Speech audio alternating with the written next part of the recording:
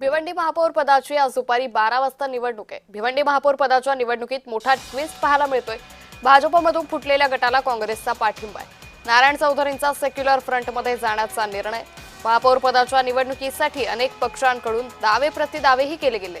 भिवंडी महापौरपदी नारायण चौधरीच विराजमान होण्याची शक्यता आहे। कारवाई टाळण्यासाठी 14 ते 15 नगरसेवकांचा गट करण्याचा प्रयत्न आहे। नारायण चौधरी महापौर झाल्यास भाजपला मात्र हा मोठा धक्का मानला जाईल। त्यामुळे महापौर पदाच्या निवडणुकीसाठी अनेक पक्षांकडून दावे प्रतिदावे करण्यात आले।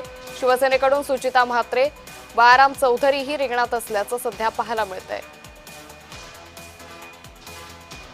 या संदर्भात अधिक माहिती घेऊयात आमचे प्रतिनिधी अनिल गर्जे यांच्याकडून।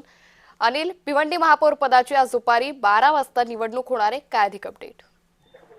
नक्कीच अंकिता, आज दुपारी 12 वाजता या महानगरपालिकेमध्ये महापौराचं निवडणूक प्रक्रिया पूर्ण होणार असून महापौर कोण हे नाव घोषित होणार आहे। तसेच एका महिन्यापासून राजकीय वातावरणात मोठा इथं चढ उतर झाली होती। त्याचप्रमाणे भाजपाचे नगरसेवक नारायण चौधरी यांनी काँग्रेसमध्ये पक्ष प्रवेश केला अशी कालच्या बातम्या सुद्धा होत्या। त्याचप्रमाणे अजून तरी कुठल्या पक्षाचा महापौर बसेल हे नाव निश्चित नसलं तरी दुपारी 12 ते 3च्या दरम्यान महापौर कोण हे चित्र स्पष्ट होणार आहे अंकिता।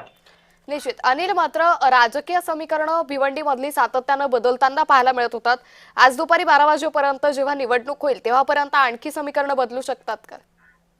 नक्कीच, कारण की दावेदार काँग्रेस असेल, शिवसेना असेल यांनी सुद्धा दावा केलाय का आमच्या पक्षाचा महापौर होईल म्हणून। पण अजूनपर्यंत हे चित्र स्पष्ट नसलं तरी दुपारी 12च्या नंतर नेमकं नगरसेवक कुणाला मत देतात आणि कुठल्या पक्षाचा महापौर होतो हे पाहणं गरजेचं ठरणार आहे अंकिता।